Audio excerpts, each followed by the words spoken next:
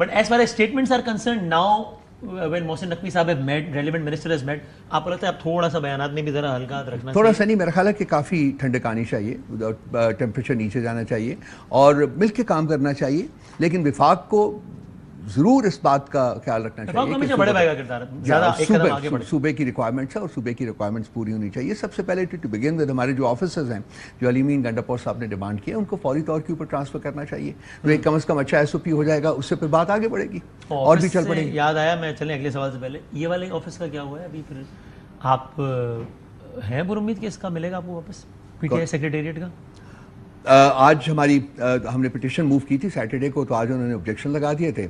अब आज के बाद हमने कल ऑब्जेक्शन मूव करके सुबह करने थे, कल तो बंद हो गए और उसके बाद अब परसों देखेंगे क्या होता है. देखिए हर चीज़ डिले हो रही है पदामी साहब, मैं कोई एग्जैजरेट नहीं करूँगा, हर चीज़ डिले हो रही है. जहाँ खान साहब के मुकदमों की बात होती थी तो रात को 12 बजे तक अदालतें लगी हैं, 16 घंटे दिन में अदालतें लगी हैं. और जहाँ खान साहब की बेल की बात है वहाँ अदालतें जो हैं वो 15 दिन के बाद आधे घंटे के लिए मिलती हैं. ये आप देख लीजिए, रिकॉर्ड निकाल के देख लीजिए, मैं आपको बता सकता हूं. लेकिन अब आपको लगता है साइफर केस अपने अंजाम तक बस्टेड, कंप्लीटली बस्ट हो चुका हुआ है, कुछ नहीं है उसमें. यानी अशोर की ज़मानत हो रही है बिल्कुल 100%. सेम गोस फॉर निकाह इद्दत केस 100%. वो तो निकाह का it's degrading to even talk about it. आप क्या घर के अंदर, आप लोगों के घरों के अंदर क्या आप क्या कर रहे हैं. अभी माशरे में और डिविजन्स कम है जो कि और डिविजन्स आप क्रिएट करें. आप जिसको देखिएगा, मैं आपको बता रहा हूँ, ये वार्न कर रहा हूँ कि इसका फैसला जो आएगा और ना भी आए, अगर इद्दत को इसको निकाल भी दें, उसके बावजूद अब देखिएगा जो अनपढ़ इलाके हैं, जो एक्सट्रीमिस्ट किस्म के इलाके हैं हमारे, उसमें देखिए ये सब आ जाएगा, लोग सवाल उठाना शुरू कर देंगे. See, you set a precedence, na? You don't set such a precedence, that causes more divisions. That's very unfortunate. And practically speaking, of course आपकी ख्वाहिश होगी कि खान साहब को रिहा होना चाहिए.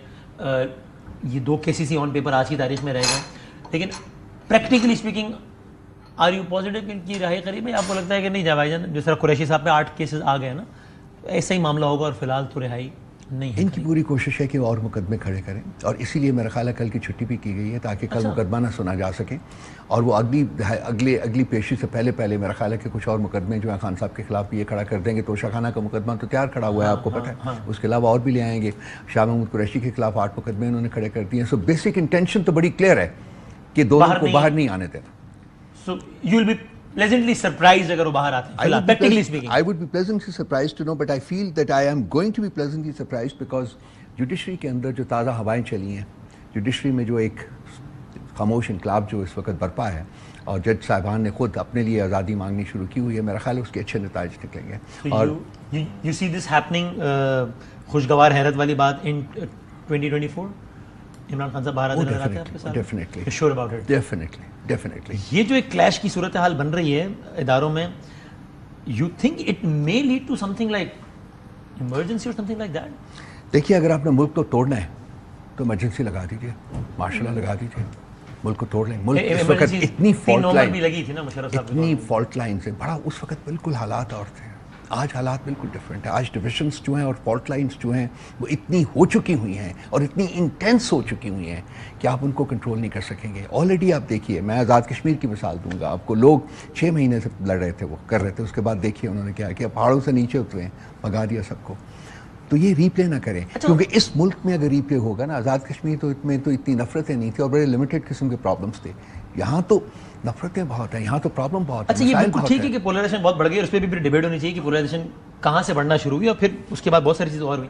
लेकिन यह आपको लगता है कि इतने वल्नरेबल एटमॉस्फेयर में इस तर्ज के बयानात से भी थोड़ा सा एहतियात करनी चाहिए कि जनाब ये हुआ तो मुल्क टूट जाएगा ये, चूँकि और आज से 3 साल पहले जब आपके सियासी मुखालफिन इस तर्ज की बात करते थे तो आपकी जमात के सीनियर तरीन लोग आकर प्रेस कॉन्फ्रेंस में कहते थे कि देखो ये मोदी का यार है, तभी तो मुल्क तोड़ने की बातें करता है, ये गद्दार है, ये इसने मोदी से पैसे लिए हैं, ये अपनी फौज के खिलाफ बात करता है on record. And I can tell you, I can put you 10 statements.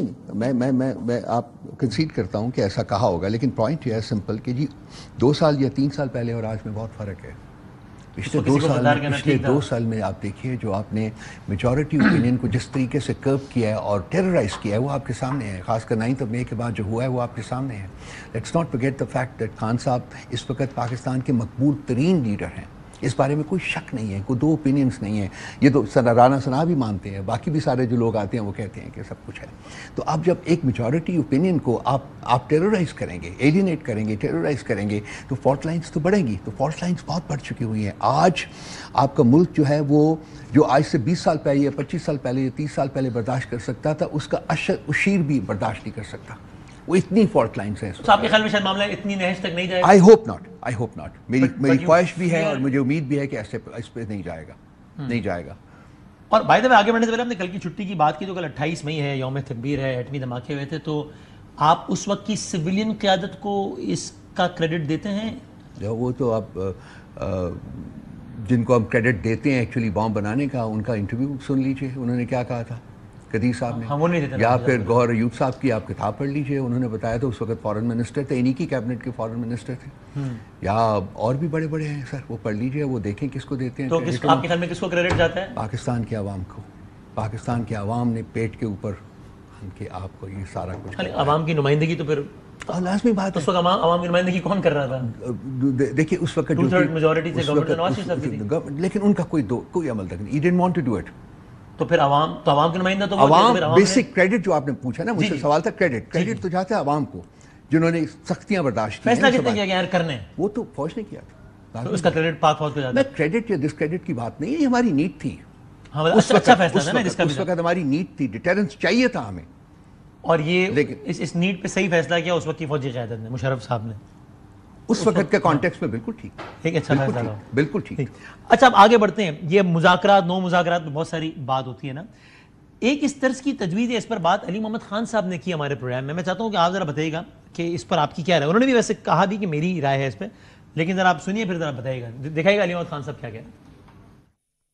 Imran Khan صاحب کیا کہتے ہیں؟ میں نے ان سے پوچھا کہ جو مذاکرات کی بات ہے تو اس پہ تو انہوں نے بات کی کہ اسیران کی رہائی اور مینڈیٹ کی واپسی بات ہو سکتی ہے, لیکن یہ دو بنیادی نکات ہیں. ان دو چیزوں پر صرف اسٹیبلشمنٹ سے بات ہو سکتی ہے, یا وہ کہتے ہیں ان دو چیزوں پر جو بات کرنے کے لیے تیار ہو, چاہے وہ گورنمنٹ ہو تو اس سے بات کر لیں گے. میرا تاثر بھی ہے, میری رائے بھی ہے, اور ہونا بھی یہ چاہیے کہ مذاکرات حکومت کے اپوزیشن سے ہی ہوتے ہیں, سیاسی لوگوں کے ہوتے ہیں. انگیجمنٹ آپ کی اسٹیبلشمنٹ سے ہو سکتی ہے, ہونے بھی چاہیے. کوئی انگیجمنٹ, کوئی مس کمیونیکیشن ہے, کوئی مس انڈرسٹینڈنگ ہے, لیکن مذاکرات باضابطہ کبھی بھی سیاسی لوگوں کے اسٹیبلشمنٹ سے نہیں ہوتے. وہ نامناسب ہے ان کو پولیٹیکل پیرافرنیلیا میں لے کے آنا. آپ کی رائے مختلف ہے اس سے؟ میری رائے, میں اسپوکس پرسن ہوں پارٹی کا, پارٹی کی جو پوزیشن ہے وہ اس سے مختلف ہے بالکل. وہ کہتے ہیں وہ 3 جماعتیں جنہوں نے مینڈیٹ چوری کیا ہے, یعنی ہمارا مینڈیٹ چوری کر کے ان کے کشکول میں ڈالا گیا ہے, ان سے بات ہم نہیں کریں گے. ٹھیک, اچھا باقی تمام پولیٹیکل فورسز سے ہم انگیج کر رہے ہیں, 6 اکٹھی ہو چکی, ان سے نہیں ہو سکتی بہت, اور باقی سب سے, ہاں ان سے بھی بات ہو سکتی ہے اگر یہ اپنا جو چوری کیا ہوا مینڈیٹ ہے اس کو وہ فیڈ کرتے ہیں.